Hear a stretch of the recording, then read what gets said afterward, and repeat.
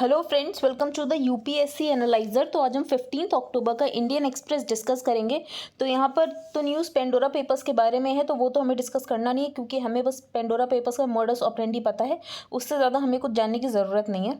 उसके बाद यहाँ पर नेक्स्ट न्यूज़ है, India accepts Russia's invite for talks with Taliban next week. तो इससे पहले भी हमने तालिबान से रिलेटेड, अफगानिस्तान से रिलेटेड टॉक्स में G20 में पार्टिसिपेट किया था। अब यहाँ पर रशिया ने भी हमें इनवाइट किया है, जहाँ पर अफगानिस्तान से रिलेटेड बात होगी और हमने उस इनविटेशन को एक्सेप्ट भी किया है। तो India has accepted a Russian invitation to join the Afghanistan talks in Moscow on October 20।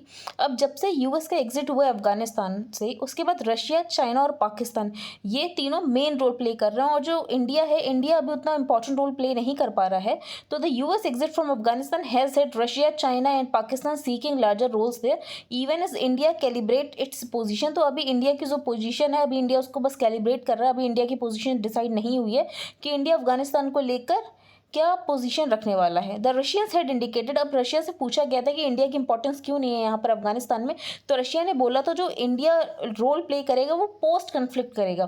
तो a term they reserve for the US departure, कि एक बार यूएस का डिपार्चर हो जाएगा उसके बाद यहाँ पर जो इंडिया का रोल होगा अफगानिस्तान में, तब इंडिया रोल प्ले करेगा। तो यहाँ पर उन्होंने बोला था जो इंडिया रोल प्ले करेगा वो पोस्ट कन्फ्लिक्ट करेगा। और उसके बाद हम देख रहे हैं जो रशिया है उसने इंडिया को इन्विटेशन भी दिया है अफगानिस्तान को लेकर कि अफगानिस्तान के बारे में बातचीत होगी।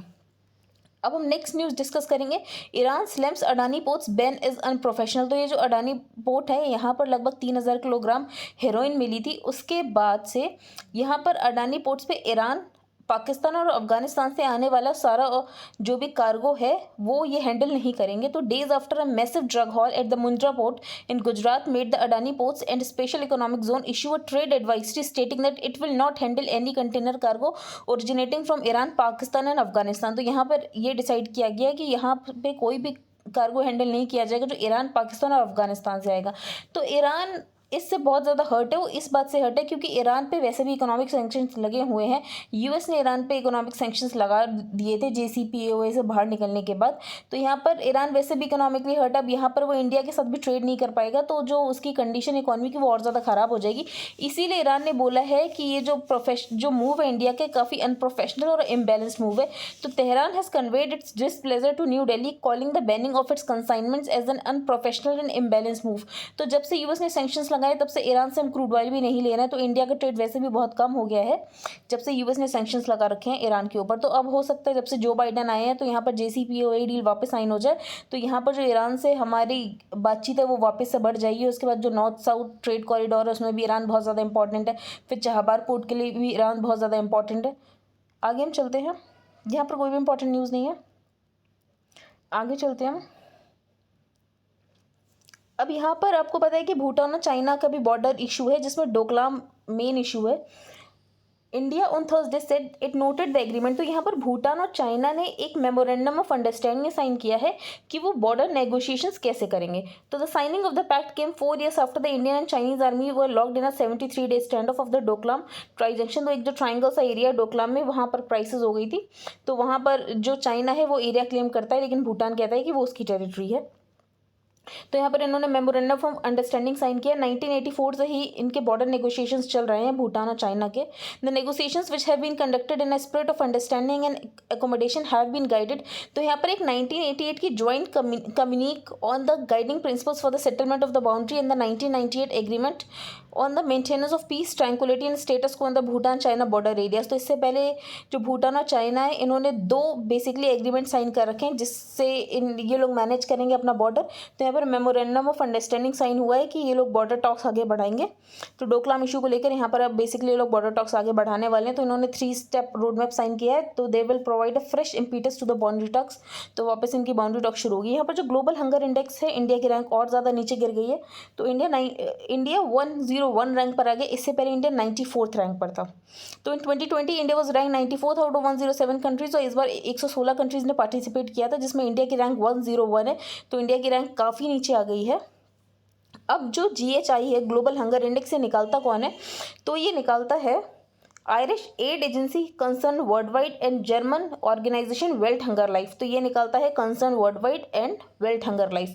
अब 4 इंडिकेटर्स पे यहाँ पर कैलकुलेट किया जाता है GHI। वो 4 इंडिकेटर्स है। पहला है अंडर नरिशमेंट, दूसरा है चाइल्ड वेस्टिंग, चाइल्ड वेस्टिंग मतलब who have low weight for their height, तो उनके हाइट के कंपैरिजन में जिन बच्चों का वेट कम होता है तो उनको चाइल्ड वेस्टिंग में बेसिकली वो कैलकुलेट होते हैं। फिर एक होता है चाइल्ड स्टंटिंग, तो children under the age of 5 who have low height for the age, तो एज के कंपैरिजन में अगर हाइट कम है तो उसको बोलते हैं चाइल्ड स्टंटिंग। और चौथा है चाइल्ड मोर्टेलिटी, तो यहाँ पे बेसिकली 4 पैरामीटर्स है, under nourishment, child wasting, child mortality और चाइल्ड स्टंटिंग। जो इंडिया बेसिकली अपने नेबर्स से भी पीछे है, जैसे कि पाकिस्तान, बांग्लादेश, नेपाल, तो इनकी भी रैंक हमसे ज़्यादा आगे है। अब हम आगे चलते हैं। अब यहाँ पर एससीओ में सेमिनार हो रहा था, तो यहाँ पर विमेन एम्पावरमेंट को लेकर बेसिकली सेमिनार हो रहा था, तो इंडिया ने विमेन एम्पावरमेंट पे कैसा परफॉर्म किया, तो यहाँ पर उसकी बातें की गई। तो pointing to former prime minister Indira Gandhi and former president Pratibha Patil as examples of women empowerment, तो विमेन एम्पावरमेंट के एग्जाम्पल्स में यहाँ पे इंदिरा गांधी का नाम लिया गया और साथ ही प्रेसिडेंट प्रतिभा पाटिल का नाम लिया गया, फॉर्मर प्रेसिडेंट प्रतिभा पाटिल का। अब आपको संघाई कॉर्पोरेशन ऑर्गेनाइजेशन के मेंबर्स पता होंगे, ये यूरेशियन पॉलिटिकल, इकोनॉमिक और सिक्योरिटी अलायंस है जो कि हेडक्वार्टर्ड है बीजिंग में। इसके अलावा इसका एक रीजनल एंटी टेररिस्ट स्ट्रक्चर भी है। अब यहाँ पर जो विमेन का रोल है वो आर्मी में भी बहुत ज़्यादा बड़ा है, इसके अलावा जो आर्म्ड फोर्सेस है वहाँ पर भी विमेन का रोल बहुत ज़्यादा बड़ा है। जैसे कि अब यहाँ पर सुप्रीम कोर्ट ने एनडीए में भी अलाउ कर दिया है, जो एनडीए है उसमें भी अब विमेन यहाँ पर एग्जाम्स दे सकती हैं और यहाँ पर एनडीए में इंडक्ट भी हो सकती हैं। इसके अलावा विमेन का रोल हमेशा इंडिया में प्रोग्रेसिव रहा है, इवोल्यूशनरी पाथ हमने देखा है आर्म्ड फोर्सेज में। सबसे पहले सपोर्ट रोल में यहाँ पर विमेन गई, उसके बाद फिर कॉम्बैट सपोर्ट में और फाइनली यहाँ पर कॉम्बैट आर्म्स में भी अब विमेन का पार्टिसिपेशन है। तो विमेन को कभी भी इंडिया में स्टेरियोटाइप नहीं किया गया, यहाँ तक कि एंशिएंट एरा में भी कभी भी विमेन को स्टीरियोटाइप नहीं किया गया। तो वो एग्जाम्पल है कि कैसे हमने हमेशा से इक्वालिटी और फेमिनिज्म को रीइंफोर्स किया है। तो it therefore comes as no surprise that a number of women have reached the rank of lieutenant general, तो हमारे यहाँ बहुत सारी महिलाएं हैं जो कि लेफ्टिनेंट जनरल तक की पोजीशन तक पहुंची हैं and equivalent within the Indian armed forces leading their men, तो मैन के साथ वो कंधे से कंधे मिलाकर यहाँ पर काम करती हैं आर्म्ड फोर्सेज में भी। इसके अलावा यहाँ पर सेलर टनल की बात की गई, तो सेलर टनल अरुणाचल प्रदेश में बन रहा है जो कि 2022 तक पूरा हो जाएगा। अब सेलर टनल बनने का फायदा ये है कि जो चाइना बॉर्डर में अगर हमें अपने ट्रूप्स किसी कभी मूव कराने पड़ेंगे, जो भी वहाँ का तवांग एरिया, तो लगभग 10 किलोमीटर कम पड़ जाएगी डिस्टेंस, तो यहाँ पर अपने ट्रूप्स को हम बहुत जल्दी मूव करा सकते हैं। तो the Sela tunnel would cut down by at least an hour the travel time between the army's 4 corps headquarters at Tezpur in Assam and Tawang, तो यहाँ पर अगर तेजपुर एंड असम से तवांग तक मूव करना है तो लगभग 10 किलोमीटर का जो डिस्टेंस है वो कम हो जाएगा। अब यहाँ पर लास्ट ईयर भी एग्जाम कैंसिल हो गए थे सीबीएसई के कोविड पैंडेमिक की वजह से, तो यहाँ पर ये डिसीजन लिया गया था जो एग्जाम होंगे उसको नेक्स्ट ईयर से 2 फेजेस में कराया जाएगा। तो अब बेसिकली जो फर्स्ट टर्म के एग्जाम्स होंगे वो अक्टूबर 18 से शुरू कर दिए जाएंगे। तो after CBSE was forced to cancel the 2020-2021 annual examinations due to the second wave of the कोविड-19 pandemic, it decided to create a 2 term system to allow more flexibility. तो बेसिकली इन्होंने डिसाइड किया था कि 2 टर्म करेंगे ताकि ज़्यादा flexibility हो कि अगर एक बार के एग्जाम नहीं भी हुआ तो दूसरे बार से यहाँ पे वो एक्चुअली स्केल डाउन करके मार्क्स दे सकें। आगे हम चलते हैं। अगर आपको स्पीड ज़्यादा तेज लग रही है तो आप स्पीड सेटिंग्स में जाके कम कर सकते हैं। अब यहाँ पर WHO ने एक ग्रुप बनाया है जो कि ये बेसिकली देखेगा जो पैथोजेंस है उनका ओरिजिन कहाँ से हुआ है। तो द WHO ने Wednesday announce the proposed members of the scientific advisory group, तो यहाँ पर साइंटिफिक एडवाइजरी ग्रुप बनाया गया है जो कि देखेगा कि जो ओरिजिन हुआ है नोवेल पैथोजेंस का वो कहाँ से हुआ है, और बेसिकली ये कोविड-19 का भी यहाँ पर ओरिजिन देखेंगे। तो which will advise it on development of a global framework to define and guide studies. अब इंडिया से भी इसमें एक मेंबर है और उन मेंबर का नाम है doctor RR Gangakhedkar, farmer head of epidemiology and communicable diseases at the Indian council of medical research. तो किसी एग्जाम में आ जाए कि WHO ने एक साइंटिफिक एडवाइजरी ग्रुप बनाया है ओरिजिन ऑफ नोवेल पैथोजेंस को देखने के लिए, तो उसमें इंडिया का कौन सा मेंबर है, तो बस आपको नाम पता होना चाहिए कि आप टिक कर सको। आगे हम चलते हैं। अब हम ये आर्टिकल डिस्कस करेंगे तो ये प्रधानमंत्री गति शक्ति पर है। तो आई होप आपको प्रधानमंत्री गति शक्ति के बारे में सब पता होना चाहिए कि ये नेशनल मास्टर प्लान है फॉर मल्टी मॉडल कनेक्टिविटी। इसमें लगभग 17,000 किलोमीटर की गैस पाइपलाइन बनाई जाएगी, 2 लाख किलोमीटर तक के हाईवेज बनाए जाएंगे। इसके अलावा 4G इंटरनेट कनेक्टिविटी दी जाएगी। लॉजिस्टिक्स कॉस्ट जो हमारी 13% उसे कम करने की कोशिश की जाएगी ताकि जो हमारे एक्सपोर्ट्स हैं वो कॉम्पिटिटिव हो सके। इसके अलावा जो भी मिनिस्ट्रीज आज तक सिलॉस में काम करती थी वो कोऑर्डिनेटेड तरीके से काम करेंगी, तो जो 16 मिनिस्ट्रीज है वो एक साथ मिलकर काम करेंगी यहाँ पर। इसके अलावा जो कार्गो हैंडलिंग कैपेसिटी है उसको जो पोर्ट्स पर ज़्यादा टाइम लगता है वो टर्न अराउंड टाइम कम करने की कोशिश की जाएगी। तो on Wednesday prime minister Narendra Modi launch PM गति शक्ति, तो यहाँ पर प्रधानमंत्री द्वारा गति शक्ति लॉन्च किया गया जो कि इंफ्रास्ट्रक्चर का प्लान है लगभग 111 लाख करोड़ का, जिसमें जो सेंटर है वो 39% इन्वेस्ट करेगी और स्टेट 39% इन्वेस्ट करेगी और जो प्राइवेट सेक्टर है वो 22% इन्वेस्ट करेगा। और इसका नाम है national master plan for multi modal connectivity. The scope of the governments latest initiative is expensive, the target ambitious. तो यहाँ पर जो गवर्नमेंट का टारगेट है वो काफ़ी ज़्यादा एम्बिशियस है। इसमें कोशिश की जाएगी जो road, railway, airport, multi modal connectivity projects हैं सबको यहाँ पर इंटीग्रेट किया जाए। It promises to greatly enhance the national highways, जो हमारे नेशनल हाईवेज उनको एनहेंस करने की कोशिश की जाएगी, जो कार्गो हैंडलिंग है रेलवेज उनको बढ़ाने की कोशिश की जाएगी। इसके अलावा मेगा फूड पार्क्स बनाए जाएंगे, डिफेंस कॉरिडोर, तो 2 डिफेंस कॉरिडोर बनेंगे, एक उत्तर प्रदेश में बनेगा और एक तमिलनाडु में बनेगा। कंसिडरिंग द मल्टीप्लायर इफेक्ट्स, तो जब भी इंफ्रास्ट्रक्चर बनता है तो उसके मल्टीप्लायर इफेक्ट्स तो होते ही हैं, इकोनॉमी को एक बूस्ट मिलता है। The intent behind the initiative is straightforward, as public sector projects in India are marred, जो भी पब्लिक सेक्टर प्रोजेक्ट्स होते हैं इंडिया में उसमें बहुत ज़्यादा डिले होता है। फॉर एग्जाम्पल आज अनाउंस हो गए तो लगभग 10-15 साल के बाद बनते हैं। इसके अलावा कॉस्ट ओवररन बहुत ज़्यादा होता है, तो यहाँ पर ज़रूरत है जो प्लानिंग है उसमें कोऑर्डिनेशन देखने को मिले, ताकि जो इंफ्रास्ट्रक्चर कनेक्टिविटी प्रोग्राम है उसमें ऐसा डिले देखने को ना मिले, और जो भी यहाँ पर क्लियरेंसेस है वो जल्द से जल्द मिल सके, ताकि जो प्रोजेक्ट है वो जल्द से जल्द शुरू हो सके। तो this could lower the inefficiencies in supply chain in India. तो एक बार जब इंफ्रास्ट्रक्चर बन जाएगा और लास्ट माइल कनेक्टिविटी हो जाएगी तो जो सप्लाई चेन्स की इनएफिशिएंसीज है वो कम हो जाएगी। इसके अलावा जो इंडिया की लॉजिस्टिक्स कॉस्ट लगभग 14% है। अगर डेवलप्ड कंट्रीज में कंपेयर करो तो फॉर एग्जाम्पल जो यूएस की लॉजिस्टिक्स कॉस्ट है वो सिर्फ 8 से 10% है ऑफ द जीडीपी, और जो चाइना की वो 9%, और इंडिया की यहाँ पर हम 14% देख रहे हैं, तो इंडिया को भी लगभग 10% भी लाने की तो बहुत ज़्यादा ज़रूरत है। अगर हम साउथ एशियन कंट्रीज से कंपेयर करें तो वियतनाम और मलेशिया जैसे कंट्रीज का भी लॉजिस्टिक परफॉर्मेंस इंडेक्स हमसे ज़्यादा अच्छा है। तो वर्ल्ड बैंक एक रिपोर्ट निकालता है लॉजिस्टिक्स परफॉर्मेंस इंडेक्स, उसमें जो इंडिया का स्कोर है वो 3.18 है, लेकिन वियतनाम और मलेशिया का स्कोर हमसे ज़्यादा अच्छा है। वियतनाम का स्कोर 3.27 है और यहाँ पर मलेशिया का स्कोर 3.22 है। तो यहाँ पर हमारे यहाँ अप्रूवल्स की बहुत ज़्यादा मल्टीप्लिसिटी होती है, बहुत सारी मिनिस्ट्री से अप्रूवल लेना पड़ता है, लेकिन जब सारी मिनिस्ट्रीज यहाँ पे कोऑर्डिनेटेड तरीके से काम करेंगी तो इतनी सारी मिनिस्ट्री से यहाँ पर क्लियरेंस लेने की ज़रूरत नहीं पड़ेगी। इसके अलावा जो 16 मिनिस्ट्रीज हैं उनको एक अम्ब्रेला के अंदर लाने की कोशिश की जा रही है। This technology led integrated approach, तो ये जो टेक्नोलॉजी का प्रयोग किया जा रहा है और सारे स्टेक होल्डर्स को अलाइन करने की कोशिश की जा रही है, और जो क्लियरेंसेज है वो जल्द से जल्द मिल सके, तो इसको हम अगर माइक्रो लेवल इंप्लीमेंटेशन करेंगे तो हो सकता है जो इंफ्रास्ट्रक्चर प्रोग्राम में बहुत अच्छे रिजल्ट्स थे। लेकिन सबसे इंपॉर्टेंट क्रिटिकल ये है कि यहाँ पर स्टेट गवर्नमेंट हेल्पफुल रहें, क्योंकि स्टेट गवर्नमेंट का शेयर इसमें बहुत ज़्यादा इंपॉर्टेंट है। Then critical to the success of some of these infrastructure projects will be the participation of state governments. तो बेसिकली यहाँ पे सेंटर को कोशिश करनी चाहिए कि वो स्टेट गवर्नमेंट को कैसे इंसेंटिवाइज कर सकता है कि वो भी इस प्रधानमंत्री गति शक्ति का पार्ट बनने में पूरा सहयोग करें। अब हम नेक्स्ट आर्टिकल डिस्कस करते हैं। इस आर्टिकल में मुझे कोई ऐसा इंपॉर्टेंट पॉइंट मिला नहीं जो कि आप कोट कर सकते हैं। जैसे कि इस आर्टिकल में बेसिकली ये बात बताई गई थी जो टारगेटेड मिनॉरिटी किलिंग्स हो रही हैं, ऐसे आपने बहुत एडिटोरियल्स में पढ़ा होगा कि टारगेटेड मिनॉरिटी किलिंग्स हो रही हैं, तो एक ये डेजा वू वाली फीलिंग दे रही है जो कि 1990 में कश्मीरी पंडित्स का एक्सोडस हुआ था। लेकिन यहाँ पर ऑथर ने बोला है कि ऐसा नहीं है। जो लोग ऐसा सोच रहे हैं कि 1990 को वापस से रिवर्सल हो रहा है, तो ऐसा बिल्कुल नहीं है। तो मुझे ऐसा लगा कि कोई स्ट्रॉन्ग आर्ग्यूमेंट्स मिलेंगे इसको लेकर, लेकिन मुझे ऐसे कोई स्ट्रॉन्ग आर्ग्यूमेंट्स नहीं मिले इस आर्टिकल में। तो as was only to be expected the recent macabre targeted killing of members of the minority communities. तो आपको ये पता है कि माइनॉरिटी कम्युनिटी की टारगेटेड किलिंग हो रही है यहाँ पर कश्मीर में। तो much of Srinagar has also been overwhelmed by a sense of deja vu, frightening reminder of the 1990s। तो यहाँ पर 1990 की याद आती है जहाँ पर कश्मीरी पंडित्स का एक्सोडस हुआ, तो उनकी भी किलिंग्स की जा रही थी। But this is not the 1990s। तो यहाँ पर ऑथर ने बोला ये 1990s नहीं है, उसका रेपिटेशन है, बिल्कुल नहीं हो रहा है। And despite the deep angst with in the Kashmiri Muslims over government policies, जो कश्मीरी मुस्लिम्स हैं उनमें ऐसे उनको लगता है कि गवर्नमेंट पॉलिसीज उनके अगेंस्ट हैं, लेकिन तब भी एक न्यू सिल्वर ऑफ होप है, the possibilities finally of a real conciliation, कि यहाँ पर जो कंसिलेशन है 2 कम्युनिटीज़ के बीच में हो सकता है जो कि हिंदू मुस्लिम वहाँ पर रहती हैं। तो यहाँ पर फिर ऑथर ने अपना यहाँ पर एक्सपीरियंस बताया है कि I write today not as an academic but a resident of Srinagar. तो यहाँ पर मुझे कुछ भी इंपॉर्टेंट नहीं मिला। आगे चलते हैं। Consider this. अब यहाँ आपको पता है मक्खनलाल बिंद्रू को शॉर्ट कर दिया गया था, वो अपनी फार्मेसी में बैठे थे, वहाँ पर उनको शॉर्ट कर दिया गया था, फिर स्कूल की प्रिंसिपल को मार दिया गया था।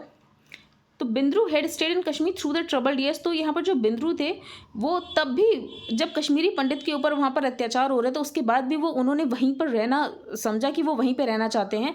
तो यहाँ तक कि वो 1990s में भी वहाँ से नहीं भागे और यहाँ पर उसके बाद भी उनको मार दिया गया। ठीक है। तो consider also this the most remarkable example of Kashmiri Muslim seeking to reassure and reach out to the minorities. तो ऑथर ने बस यही बोला है कि इस समय जब यहाँ पर किलिंग्स हो रही सिविलियंस की, तो सबसे पहले कश्मीरी मुस्लिम्स जो उनको एश्योर कर रहे हैं और कोशिश कर रहे हैं कि यहाँ पर जो मिनॉरिटीज़ वो सेफ फील करें। ऐसा 1990s में नहीं देखा गया था। तो the most remarkable example of Kashmiri Muslim seeking to reassure and reach out to the minorities is the first citizen of the city. इसके अलावा उन्होंने यहाँ पर बात की है, we will have to stick our necks out and stand as shield and to give a minority communities a sense of safety safety and belonging. तो यहाँ पर उन्होंने जुनैद मत्तू की बात की है, जो कि श्रीनगर के मेयर हैं, और वो ये बोल रहे हैं कि हमें अपने मिनॉरिटी कम्युनिटीज़ के साथ रहने की बहुत ज़्यादा ज़रूरत है और उन्हें एक सेंस ऑफ सेफ्टी फील कराने की ज़रूरत है। तो ये एक बहुत इंपॉर्टेंट व्यू पॉइंट देखने को मिल रहा है, जो कि 1990s में नहीं देखने को मिला था। आगे हम चलते हैं। यहाँ पर कोई इंपॉर्टेंट आर्टिकल नहीं है, आप देख सकते हैं यहाँ पर पंजाब के बारे में कि जो कांग्रेस है वो सिर्फ दलित कार्ड खेल रही है। एक्चुअली वो दलित का कुछ उनका उत्थान करना नहीं चाह रही है। ये नोबेल प्राइज़ विनर तो आपको पता होगा कि अब्दुल रज़ाक गुरना, उनको कॉलोनियलिज्म के इफेक्ट्स के बारे में उनको लिटरेचर का नोबेल प्राइज़ मिला है। अब उन्होंने अपनी किताबों में क्या लिखा वो हमारे लिए इंपॉर्टेंट नहीं है। आगे चलते हैं हम। क्राइसिस ऑफ कंपैशन, ये आर्टिकल हम डिस्कस करेंगे। तो यहाँ पर जब कोविड-19 पैंडेमिक में ये देखा गया जो जेल्स है वो बहुत ज़्यादा कंजेस्टेड है, जिसकी वजह से जो वायरस है वो स्प्रेड हो सकता है। तो हाई पावर्ड कमेटी बनाई गई थी mandated by the Supreme Court of India कि यहाँ पर प्रिजन्स को डीकंजेस्ट करने की ज़रूरत है। तो यहाँ पर जब प्रिजन को डीकंजेस्ट किया जा रहा था तो ये बात नहीं देखी जा रही थी कि यहाँ पर हेल्थ वल्नरेबिलिटीज़ है कि लोगों में कोविड-19 वायरस फैल सकता है, बल्कि ये बात देखा जा रहा था कि ये जो क्रिमिनल्स हैं ये जेल में क्यों हैं, इन्होंने क्या क्राइम किया है। तो यहाँ पर जो हेल्थ वल्नरेबिलिटीज़ ना देखकर ये देखा जा रहा था कि इन्होंने कौन सा क्राइम किया है। तो while releasing prisoners in view of the कोविड-19 pandemic, the high powered committee mandated by the Supreme Court of India to decongest prisons did not invoke the health vulnerabilities of prisons but recall the crimes they were accused of committing. It is also common knowledge, अब यहाँ पर ये India में common knowledge है कि अगर आप कोई, आपका सोशल स्टेटस बहुत ज़्यादा अच्छा है या आप कोई पावरफुल इंसान है, तो अगर आपको जेल होती भी है तो आपको बहुत अच्छे से जेल में रखा जाएगा एज़ कम्पेयर टू कोई पुअर है और उसे जेल होती है। तो it is also common knowledge that the experience of इनकार्सरेशन in Indian prison does not depend on the crime. तो इस बात पर डिपेंड नहीं करता कि आपको जेल में कैसा रखा जाएगा, कि आपने कौन सा क्राइम किया, वो इस बात पर डिपेंड करता है कि आपको सोशल स्टेटस कैसा है। The legal practices and discussions in the public sphere continues. तो जो हमारा फिर यहाँ पर जो क्रिमिनल जस्टिस सिस्टम है वो तो फिर रेट्रीब्यूशन का हो गया, वो तो रिहेबिलिटेशन को रहा ही नहीं। तो दिस लैक ऑफ कंपैशन, तो यहाँ पर हम देख रहे हैं कि हमारे क्रिमिनल जस्टिस सिस्टम में कंपैशन की बहुत ज़्यादा कमी है। तो ये लैक ऑफ कंपैशन इस फैक्ट से भी पता चलता है कि हमारे यहाँ जो प्रिजनर्स है वो ज़्यादातर मुस्लिम या शेड्यूल कास्ट या शेड्यूल ट्राइब कम्युनिटी से आते हैं, क्योंकि मेनली यही जो कम्युनिटीज़ है जहाँ पर एब्जेक्ट पॉवर्टी देखने को मिला है और पावरलेसनेस की वजह से ये लोग जेल से बाहर नहीं आ पाते, क्योंकि उनको लीगल एड रिप्रेजेंटेशन ही नहीं मिलती। भले ही फ्री लीगल एड की बात की जाती है हमारे कॉन्स्टिट्यूशन में, लेकिन इन लोगों को लीगल एड नहीं प्रोवाइड होती है, जिसकी वजह से ये लोग जेल में बहुत टाइम तक रहते हैं। यहाँ तक कि जो इन्होंने क्राइम किया होता उसकी जितनी सज़ा होती है उससे ज़्यादा टाइम तक ये लोग जेल में ही रहते हैं। द लैक ऑफ कंपैशन, जो हमारे यहाँ लैक ऑफ कंपैशन है वो सिर्फ क्रिमिनल जस्टिस सिस्टम में ही नहीं दिखता है, वो और भी ज़्यादा अरीना में दिखता है। फॉर एग्जांपल पब्लिक स्फेयर में भी दिखता है, जैसे कि मॉब लिंचिंग होती है। तो मॉब लिंचिंग क्या है, वो यही तो दिखाता है कि लोगों में कंपैशन की बहुत ज़्यादा कमी है। तो on practically any issue peaceful protesters है met with ruthless attitude from the police and vigilante supporters. तो अगर कोई भी यहाँ पर प्रोटेस्ट करने की कोशिश करता है तो यहाँ पर जो डिसेंट है उसको क्रश करने की कोशिश की जाती है by the government. In some instances of Muslims being lynch, तो कुछ इंस्टेंसेस ऐसे भी देखे गए जहाँ पर लोगों को लिंच किया गया है। जो असाइलेंट से जो ऐसा करते हैं उनको गार्लैंड किया गया, उनको मालाएं पहनाई जाती हैं। तो बिफोर लॉन्ग, तो बहुत समय पहले की बात नहीं है, it was not just charges of sedition and defamation allegations of offences such as incitement, rioting, damage to public property और attempt to murder were made against dissenters. अब कोई भी डिसेंट करने की कोशिश करता है तो उसके ऊपर UAPA लगा दिया जाता है, सेडिशन का चार्ज लगा दिया जाता है, फिर उनकी अनलॉफुल कस्टडी की जाती है, फिर कस्टोडियल टॉर्चर किया जाता है, क्रिमिनल इंटिमिडेशन करने की कोशिश की जाती है। तो ये सब अब इंडिया में नॉर्म बनते जा रहा है। फिर यहाँ पर ऑथर ने ये बताया कि सिटीजनशिप अमेंडमेंट एक्ट 2019 के अगेंस्ट जिसने भी डिसेंट करने की कोशिश की थी तो उसके ऊपर UAPA, सेडिशन, इन सारे चार्जेस लगा दिए गए थे। इसके अलावा जो भीमा कोरेगांव केस है तो वहाँ पर जो लोग गए थे उनके अगेंस्ट यहाँ पर एंटी दलित के चार्जेस लगा दिए गए, UAPA के चार्जेस लगा दिए गए थे। तो in this dystopian narrative those who dare to protest were accused of violence. तो जो प्रोटेस्ट करने की कोशिश करते हैं तो उनके ऊपर ये लगा दिया जाता है कि ये लोग वायलेंस कर रहे थे।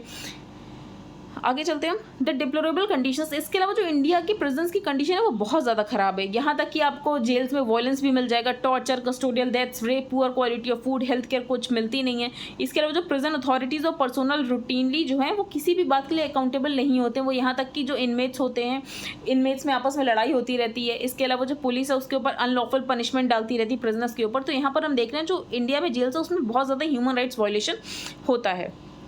इसके अलावा जो एक्स्ट्राऑर्डिनरी लॉज हैं जैसे कि NSA और UAPA के अंदर, तो इन अनजस्टिफाइड प्रोलॉन्ग्ड इनकार्सरेशन की बहुत टाइम तक यहाँ पर जो इंसान उसको जेल में रखा जा सकता है। और मेनली देखा गया जो मार्जिनलाइज कम्युनिटी से लोग आते हैं उनके ऊपर UAPA और सेडिशन बहुत ज़्यादा लगाया जाता है, जबकि जो सेडिशन का कन्विक्शन रेट है वो 2% से भी ज़्यादा कम है बाय द टाइम। अब इनका ये जो स्टूडेंट्स हैं बहुत दिनों तक तो इनका अंडर ट्रायल में रहते हैं, उसके बाद जब ट्रायल शुरू होता है तो लगभग इनकी ज़िंदगी के 10-12 साल खत्म हो चुके होते हैं, तो क्या वो 10-12 साल इनके जो प्रोडक्टिव ईयर्स थे वो आप इनको वापस लाकर दे सकते हो? तो नहीं दे सकते, भले उनको बाद में जस्टिस मिल जाए। तो where the norm ought to be bail, तो नॉर्म ये होना चाहिए कि लोगों को बेल मिलनी चाहिए, जेल नहीं होनी चाहिए। तो इंडिया में अब जो नॉर्म हो गया वो जेल हो गया है। तो unfortunately violation of human rights of incarcerated individual seems more norm. तो यहाँ पर जो ह्यूमन राइट्स का वायलेशन होता है, जो भी जेल में होते हैं, तो वो इंडिया में एक नॉर्म बन के रह चुका है। तो यहाँ पर ज़रूरत है कि जो भी rights of the accused person है उनको प्रोटेक्ट किया जाए। अब हम नेक्स्ट आर्टिकल डिस्कस करेंगे। तो नेक्स्ट आर्टिकल है कि ब्यूरोक्रेसी में रिफॉर्म्स की बहुत ज़्यादा ज़रूरत है। तो reforming India's bureaucracy is a mission impossible. तो ऐसा बोला जाता है कि इंडिया की ब्यूरोक्रेसी को रिफॉर्म करना मिशन इम्पॉसिबल जैसा है। अब यहाँ पर सबसे पहले ऑथर ने ये बोला है, कोई भी सेक्टर हो, भले ब्यूरोक्रेसी क्यों ना, उसमें कोई अच्छी चीज़ें भी होती हैं, कोई बुरी चीज़ें भी होती हैं। To believe that good, the bad and the ugly, while justifiably criticizing the bureaucracy for many of ourselves, we often forget that like in every other profession, हर दूसरे प्रोफेशन की तरह ब्यूरोक्रेसी में भी कुछ अच्छा है, कुछ बुरा है और कुछ खराब है। To believe that any other profession is the epitome of goodness और competence, अगर आप ये मानोगी कोई प्रोफेशन एकदम एग्जाम्पल है गुडनेस का, कॉम्पिटेंस का, तो ऐसा कोई प्रोफेशन नहीं होता। सब में कमियाँ होती हैं, बस उन कमियों को ठीक करने की ज़रूरत होती है। तो अब जो आगे के 75 साल, जो हमें आज़ादी के 75 साल हैं, आगे जो हमें 75 साल होने चाहिए, उसमें हमें जो ब्यूरोक्रेसी उसे रिफॉर्म करने की बहुत ज़्यादा ज़रूरत है। हमारी ब्यूरोक्रेसी प्रोएक्टिव होनी चाहिए, इमेजिनेटिव होनी चाहिए, टेक्नोलॉजी सेवी होनी चाहिए और इनेबलिंग ब्यूरोक्रेसी होनी चाहिए। तो ये सारे कुछ कैरेक्टरिस्टिक्स हैं जो कि हमारी ब्यूरोक्रेसी में होने चाहिए अगर हमें अपने जो इकॉनमी है उसको $5 ट्रिलियन तक ले जाना है। अब यहाँ पर जो ब्यूरोक्रेसी है, ऑफ कोर्स वो कॉन्स्टिट्यूशन से उसके पास पावर आती है। तो it is also forgotten that the bureaucracy unlike the private sector is a creature of the constitution. तो जो ब्यूरोक्रेसी वो कॉन्स्टिट्यूशन का क्रिएचर है, और जो चीज़ कॉन्स्टिट्यूशन का क्रिएचर, उसको मल्टीपल रूल्स लॉज इन सबको तो फॉलो करना ही होता है। तो क्या होता है, इतने सारे रूल्स लॉज के फॉलो करने में यहाँ पर जो ब्यूरोक्रेसी होती है वो एंड भूल जाती है और वो मीन्स में ही फंसी रह जाती है। इसका मतलब ये कि वो प्रोसेस में फंसी रह जाती है, वो ये भूल जाती है कि मुझे आउटकम ला कर दिखाना है। तो many of these are well past their expiry date. तो इसमें ऐसे भी कुछ रूल्स हैं जो कि अब उस समय ज़रूरत थी लेकिन आज उनको ज़रूरत नहीं है। तो इसीलिए मोदी एडमिनिस्ट्रेशन ने लगभग 1500 ऐसे रूल्स को हटा दिया है। तो ये काफ़ी अच्छी बात है कि they have done away with over 1500 of them. अगर एस्टिमेट किया जाए तो ऐसा माना जाता है कि हर जगह ब्यूरोक्रेसी, लेकिन इंडिया में एक्चुअली ब्यूरोक्रेसी बहुत ज़्यादा कम है। सिर्फ 364 गवर्नमेंट सर्वेंट्स है फॉर एवरी 1 लाख रेसिडेंट्स, जिसमें से जो 45% है वो रेलवे में है, 60% ग्रुप सी में और 30% ग्रुप डी में है। तो यहाँ पर जो स्किल्ड स्टाफ है वो सिर्फ 7% का है। तो जो ये बोला जाता है कि जो इंडिया की ब्यूरोक्रेसी वो बहुत ही ज़्यादा ब्लोटेड है, तो एक्चुअली जो इंडिया की ब्यूरोक्रेसी वो इनएडिक्वेट है और अंडर स्टाफ्ड है। Further, faced with extensive judicial overreach, reporting to an often rapacious short sighted political executive. और बेसिकली इंडिया में एक और प्रॉब्लम है, जो हमारी ब्यूरोक्रेसी है वो एक्शन नहीं लेना चाहती है, रिस्क नहीं लेना चाहती है। वो इसीलिए रिस्क नहीं लेना चाहती क्योंकि उसको पता है कि उसको हर जगह अकाउंटेबिलिटी दिखानी पड़ेगी। तो 25% is willing to do anything for the right bribe. तो हमारे लगभग 25% ऐसे ब्यूरोक्रेट्स हैं, अगर उनको ब्राइब दो तो वो कुछ भी कर देते हैं। With another 25% focusing on ensuring outcomes in extremely difficult circumstances. लेकिन फिर 25% ऐसे भी हैं जो कि आउटकम्स पे फोकस करते हैं, फिर भले ही कैसे भी सर्कमस्टांसेस हों। तो 25% is willing to do anything for the right bribe, with another 25% focusing on ensuring outcomes in extremely difficult circumstances. तो यहाँ पर जो ऑफिसर्स की विलिंगनेस है, जो रिस्क टेकिंग बिहेवियर वो कैसे बढ़ाया जा सकता है, तो वो ऐसे बढ़ाया जा सकता है। तो one possible solution is to legally prevent enforcement agencies from taking punitive action. कि जो इन्फोर्समेंट एजेंसीज हैं वो ब्यूरोक्रेसी के खिलाफ कोई भी प्यूनिटिव एक्शन ना लें, ताकि यहाँ पर जो ब्यूरोक्रेट्स हैं वो यहाँ पर रिस्क टेकिंग बिहेवियर अपना दिखा सके। तो despite PM Modi's ability to get things done, some parts of the bureaucracy have been obstinate. तो यहाँ पर प्राइम मिनिस्टर मोदी ने बेसिकली बहुत काम किया, उसके बाद भी हम देख रहे हैं जो ब्यूरोक्रेसी के कुछ पार्ट्स है वो अभी भी ऑब्स्टिनेट हैं। फॉर एग्जांपल, जो लास्ट माइल कनेक्टिविटी का भारत नेट का प्रोजेक्ट है, कैपिटलाइजेशन है, इसमें काम तो चल रहा है पर बहुत हल्के काम चल रहा है। तो though the sectors are moving although slowly, some of this is due to a bureaucracy, क्योंकि जो हमारी ब्यूरोक्रेसी वो प्रोसेस से बहुत ज़्यादा ऑब्सेस्ड और वो रिजल्ट से ऑब्सेस्ड नहीं है। वो बेसिकली मीन्स में फंसे रह जाते हैं, वो एंड तक पहुँच ही नहीं पाते हैं। वो इसीलिए क्योंकि उनको हर जगह अपनी अकाउंटेबिलिटी दिखानी पड़ती है। तो Modi toughest challenge is to change an inactive bureaucracy. तो यहाँ पर सबसे इंपॉर्टेंट चैलेंज ये है कि कैसे इनएक्टिव ब्यूरोक्रेसी को चेंज किया जाए और जो इंसान है वो जेन्युइन रिस्क ले सके। तो यहाँ पर एक तो ये सोल्यूशन दिया गया, जो लेटरल एंट्री उसको बढ़ा के लगभग 15% कर देना चाहिए। तो lateral entry needs to expand to up to 15%। तो जैसे कि areas of for example bad bank recapitalisation, new development credit institution. तो यहाँ पर क्या है, यहाँ पर ज़रूरत है हमें ऐसे लेटरल एंट्री वाले लोग की जो कि बेसिकली प्रोफेशनल्स हो और जिन्होंने इस सेक्टर में काम किया हो। चेंजेस इन रिक्रूटमेंट, यहाँ पर ऑथर ने एक और सोल्यूशन दिया, जो इंटरव्यू है, इंटरव्यू बेसिकली सिर्फ 30 मिनट का नहीं होना चाहिए, इंटरव्यू थोड़ा लंबा होना चाहिए, उसके बाद फिर साइकोमेट्रिक टेस्ट होने चाहिए, ताकि जो इनकमिंग पूल है सिविल सर्वेंट्स का वो और ज़्यादा अच्छा मिल सके। मोस्ट इंपॉर्टेंटली उसके बाद जब कोई इंसान 15 साल तक सिविल सर्विस में काम कर चुके, तो उसके बाद उसका एक इवेल्युएशन होना चाहिए, डिसाइड करना चाहिए कि इसको आगे और सर्विस में रखना है, क्या ये अच्छा काम कर रहा है, अगर अच्छा काम नहीं कर रहा है तो उसको वॉलंटरी रिटायरमेंट दे दो। लास्टली, ब्यूरोक्रेसी में टेक्नोलॉजी का यूज़ होना चाहिए। तो India procures about $600 billion of worth of goods and services annually. तो क्या सारे पेमेंट्स को हम इलेक्ट्रॉनिकली नहीं कर सकते? अगर इलेक्ट्रॉनिकली सारे पेमेंट्स होंगे तो यहाँ पर जो ब्राइब है वो ब्राइब अपने आप ही थोड़ी कम हो जाएगी।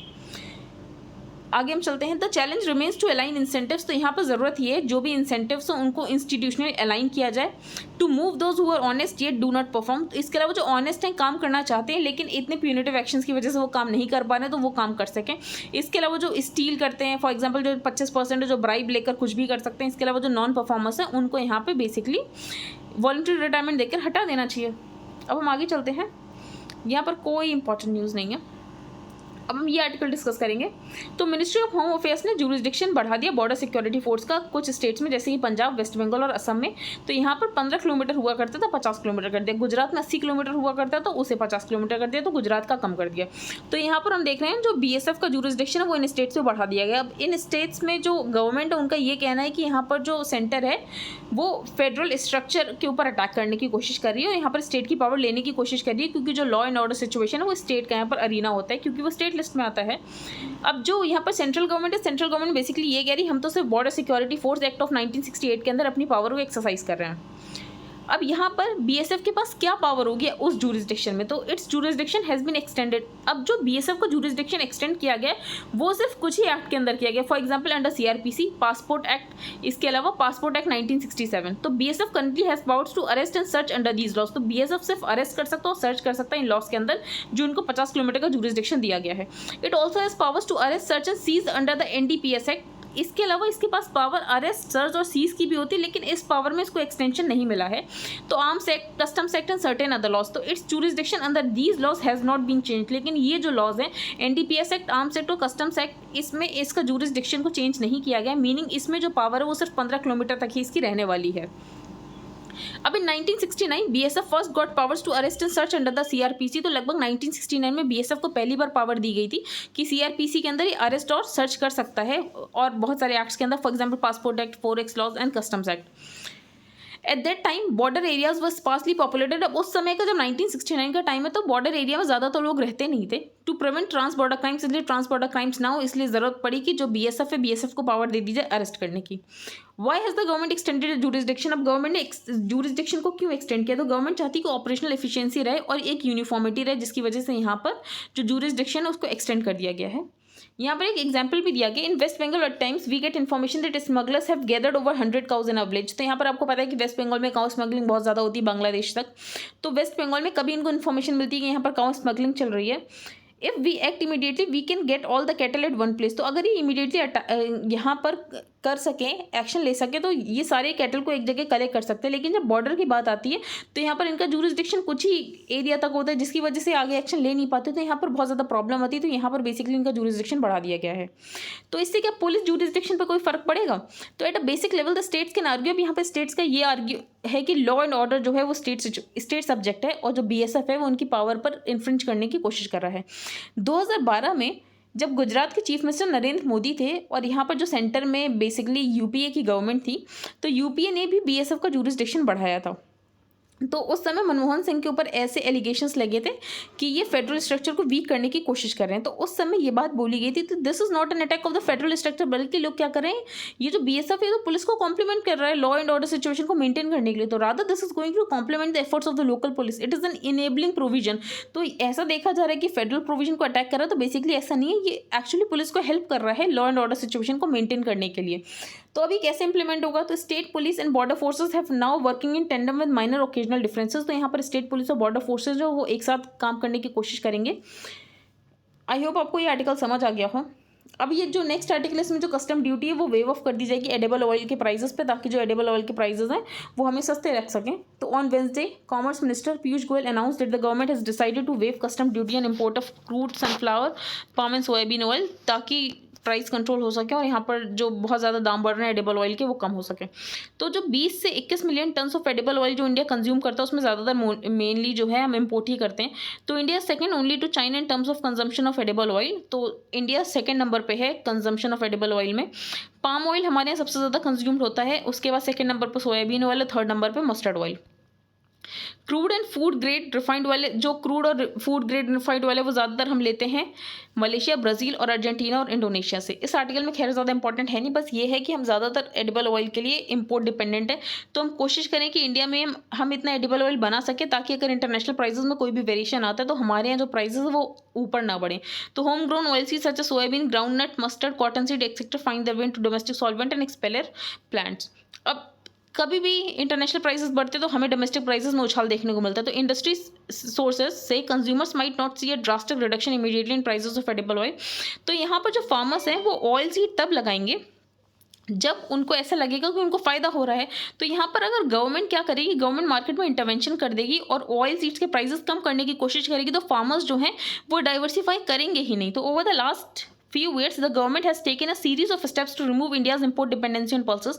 तो गवर्नमेंट ने बहुत सारी कोशिश की है कि जो इंडिया की इंपोर्ट डिपेंडेंसी पल्सेस पे वो कम हो सके। जैसे कि आपको पता होगा कॉबवेब फिनोमेना, आपने यहाँ पर इकोनॉमिक सर्वे में भी पढ़ा होगा cobweb phenomena, and try to do the same for oil seeds through national mission. तो यहाँ पर गवर्नमेंट कोशिश करी जो फार्मर्स है वो डाइवर्सिफाई करें और ऑयल सीड्स के यहाँ पर प्रोडक्शन करें। हाउएवर फ्रीक्वेंट मार्केट इंटरवेंशन, लेकिन क्या करती गवर्नमेंट, बहुत ज़्यादा मार्केट इंटरवेंशन करती, प्राइस को कम करने की कोशिश करती, जिसकी वजह से फार्मर जो है वो डाइवर्सिफाई नहीं करते। जब फार्मर्स देख रहे हैं कि यहाँ पर ऑयल सीड का प्राइस कम हो रहा है तो वो क्यों करेंगे ऑयल सीड का प्रोडक्शन। तो however frequent market interventions that ultimately bring down prices the industry said would backfire on the government. तो यहाँ पर जो बेसिकली ये वाला डिसीजन है गवर्नमेंट का कि हम ऑयल सीड्स के प्राइस कम कर दे तो ये एक्चुअली बैकफायर करेगा और यहाँ पर जो फार्मर्स है वो ऑयल सीड की प्रोडक्शन नहीं करेंगे। तो we need continuity in prices. यहाँ पर प्राइसेस की कंटिन्यूटी रखना बहुत ज़्यादा ज़रूरी है ताकि जो फार्मर्स उनको क्लियर इंडिकेशन मिल सके कि उनको किस चीज़ की प्रोडक्शन करनी है, उनको किस में फ़ायदा होने वाला है। हम आगे चलते हैं। यहाँ पर बेसिकली नॉर्वे में एक टेररिस्ट था, उसने बो एंड एरो से लगभग 5 लोगों को मार दिया। तो a Danish man suspected of killing 5 people with a bow and arrow and possibly other weapons while randomly shooting at strangers. तो ये काफ़ी अलग सी न्यूज़ थी। आगे हम चलते हैं। अब बांग्लादेश में अटैक हो गया तो a number of Hindu temples in Bangladesh were vandalised by unidentified people during Durga Puja celebrations. तो खैर इंपॉर्टेंट नहीं है, इस पेज पर कोई भी इंपॉर्टेंट न्यूज़ है नहीं। अब यहाँ पर जो पाकिस्तान एयरलाइंस है उसके अफगान ऑपरेशन सस्पेंड हो गए हैं। तो यहाँ पर 2 स्टोरी, एक तो पाकिस्तान की स्टोरी और एक तालिबान की स्टोरी। तो पाकिस्तान का ये कहना है, ये जो तालिबान है ये जो भी उनके पाकिस्तान इंटरनेशनल एयरलाइंस है उनके स्टाफ के साथ ये लोग ठीक से बिहेव नहीं करते हैं। तो Pakistan International Airlines suspended flights to the Afghan capital Kabul on Thursday after what it called heavy handed interference by Taliban authorities. अब यहाँ पर जो अफगानिस्तान का वर्जन है वो ये कह रहा है जो पाकिस्तान एयरलाइंस है वो यहाँ पर अफगान लोगों का फ़ायदा उठा रही है और अफगान लोगों से लगभग बहुत सारे पैसे चार्ज कर रही है, लगभग $2500 चार्ज कर रही है। तो with most airlines no longer flying to Afghanistan, क्योंकि अब अफगानिस्तान में कोई भी कंट्री ज़्यादा ऑपरेट तो कर नहीं रहा है लेकिन पाकिस्तान ऑपरेट कर रहा है और पाकिस्तान फ़ायदा उठाना चाह रहा है और पाकिस्तान इतने सारे पैसे लोगों से चार्ज कर रहा है तो लोगों का एक्सप्लॉयटेशन ना हो, इसीलिए अफगानिस्तान ने यहाँ पर क्या किया है, ये एयरलाइंस बंद करवा दिए। तो with most airlines no longer flying to Afghanistan. तो यहाँ पर जो पाकिस्तान बोलता है कि हम अफगानिस्तान को यहाँ पर सेव करने आए हैं और हम अफगानिस्तान के दोस्त हैं, तो एक्चुअली यहाँ पर पाकिस्तान भी अफगानिस्तान का फ़ायदा ही उठा रहा है। आगे हम चलते हैं। यहाँ पर जो मैंने आपको बताया था कि साइंटिफिक एडवाइजरी ग्रुप बना है, तो वर्ल्ड हेल्थ ऑर्गेनाइजेशन ने बोला कि हमारे पास लास्ट चांस है पता करने का कि कोविड कहाँ से ओरिजिनेट हुआ है। तो the world health organization said Wednesday its newly formed advisory group on dangerous pathogens may be our last chance to determine the origins of कोविड-19। वैसे वर्ड पेज पर कोई भी इंपॉर्टेंट न्यूज़ है नहीं, तो अब हम आगे ही चलते हैं। इकॉनमी पेज पे ऐसा बहुत सारे स्टूडेंट्स को लगता है कि इकॉनमी पेज पे बहुत सारी इंपॉर्टेंट न्यूज़ आती है, लेकिन ऐसा होता नहीं है, सिर्फ आपको लगता है। जैसे कि मैं आपको दिखा रही हूँ। सबसे पहले India offers spectrum of opportunities, finance minister in US. ये कोई इंपॉर्टेंट न्यूज़ नहीं। सेंसेक्स ने कितना हिट किया हमारे लिए बिल्कुल भी इंपॉर्टेंट न्यूज़ नहीं है। CBDT में कितने ITR फाइल हुए, ये भी कोई इंपॉर्टेंट न्यूज़ नहीं है। बाकी हम सिर्फ ये न्यूज़ पढ़ेंगे क्योंकि सिर्फ यही इंपॉर्टेंट है। तो यहाँ पर आपको PLI स्कीम के बारे में पता होगा, प्रोडक्शन लिंक्ड इंसेंटिव स्कीम। तो like the other productive linked incentive schemes the incentive for companies in the telecom and network equipment manufacturing space would be. अब यहाँ पर प्रोडक्शन लिंक्ड इंसेंटिव स्कीम जो है वो टेलीकॉम सेक्टर के लिए भी है और यहाँ पर उन लोगों को भी फ़ायदा मिल सकता है तो the incentives for companies in the telecom and networking equipment manufacturing वो तब मिलेगा अगर वो अपना इन्वेस्टमेंट थोड़ा बढ़ाएंगे, यहाँ या तो फिर जो सेल्स होगी वो उनकी ज़्यादा करेंगे। तो यहाँ पर बेसिकली अगर आप ज़्यादा सेल करोगे, ज़्यादा इन्वेस्टमेंट करोगे तो आपको यहाँ पर सरकार कुछ इंसेंटिव देगी। तो the department of telecommunication on Thursday approve production linked incentive. तो यहाँ पर लगभग 31 कंपनीज के लिए यहाँ पर प्रोडक्शन लिंक्ड इंसेंटिव स्कीम का अप्रूवल दे दिया गया। अब गवर्नमेंट ने एक्सपेक्ट किया कि लगभग 3,345 करोड़ का इन्वेस्टमेंट आएगा PLI स्कीम में लगभग 4 से 5 सालों में, और जो सेल होगी वो लगभग 1.82 लाख करोड़ की बढ़ जाएगी। इस साल ही फरवरी में गवर्नमेंट ने अनाउंस की थी PLI स्कीम लगभग 12,000 करोड़ की, जिसमें कोशिश की जाएगी कि डोमेस्टिक मैन्युफैक्चरिंग और टेलीकॉम और नेटवर्किंग प्रोडक्ट्स की, जैसे कि switches, routers, radio access network, wireless equipment. अब यहाँ पर इस स्कीम का फ़ायदा उठाने के लिए MSMEs या फिर और कंपनीज को क्या करना पड़ेगा, तो जो MSMEs उनको लगभग 7% का इंसेंटिव मिलेगा पहले साल में, उसके बाद दूसरे साल में मिलेगा, followed by N incentive of 654। तो यहाँ पर लगभग 7% for the first and the second year, उसके बाद 7% मिलेगा, फिर 6-5-4% मिलेगा। जो दूसरी कंपनीज जो MSMEs में फॉल नहीं होती उनको 6% का मिलेगा, फिर 6% फॉर द फर्स्ट 2 ईयर्स, तो 6 का मिलेगा, फिर 5 का, फिर 4 का। जो मिनिमम इन्वेस्टमेंट है MSMEs को लगभग 10 करोड़ का करना पड़ेगा, और जो बाकी कंपनीज जो MSME नहीं है उनको 100 करोड़ का इन्वेस्टमेंट करना पड़ेगा। इसके अलावा जो यहाँ पर जो MSMEs और बाकी कंपनीज उनको अपना सेल्स भी बढ़ाना पड़ेगा, तभी उनको प्रोडक्शन लिंक्ड इंसेंटिव स्कीम में फ़ायदा मिल सकता है। आई होप आपको आज का न्यूज़पेपर समझ आया हो। If you like the video then please like, share and subscribe. Thank you and have a nice day.